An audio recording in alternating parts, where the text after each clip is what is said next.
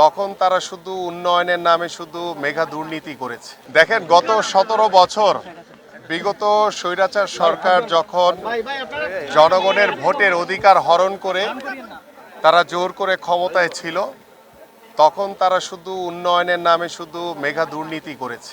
যার কারণেই আজকে এই সিলেট জেলা স্টেডিয়ামে এসে যে অব্যবস্থাপনা দেখলাম এবং যেই জরাজীর্ণ অবস্থা দেখলাম সেটি খুবই দুঃখজনক। এবং আমরা বিশ্বাস করি যে আমাদের মাননীয় প্রধানমন্ত্রী আল্লাহ যদি সব ঠিকঠাক রাখে, ইনশাল্লাহ আগামী 30শে এপ্রিল আমরা এই সিলেট জেলা স্টেডিয়াম দিয়ে আমাদের যে নির্বাচনী যে ইশতেহার, সেই ইশতেহার অনুযায়ী আমাদের নতুন করে স্পোর্টস এই কর্মসূচি ইনশাল্লাহ আমরা উদ্বোধন করবেন আমাদের মাননীয় প্রধানমন্ত্রী।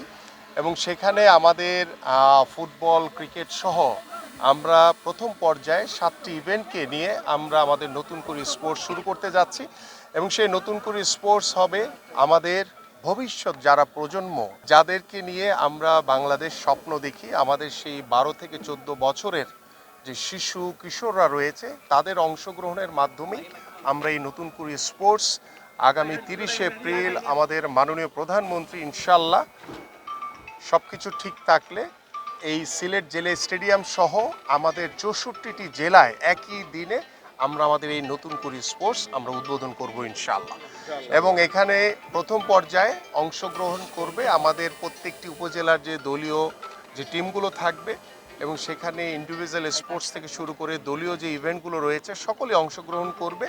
এবং এখানে আমরা আশা করি যে সিলেট সহ সারা বাংলাদেশের আমরা যারা ক্রীড়ামোদী মানুষ রয়েছে, এদেশের সাধারণ মানুষ রয়েছে, সবাই অত্যন্ত ক্রীড়াবান্ধব একটি জাতি আমাদের এই বাংলাদেশ।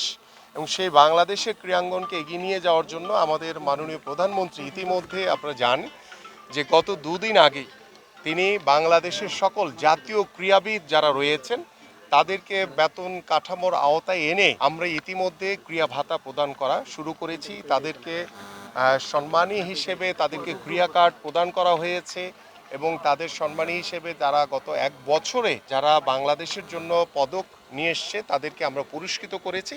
এবং আমরা প্রথম দিন আমরা 129 জনকে ক্রীড়া ভাতার আওতায় এনেছি।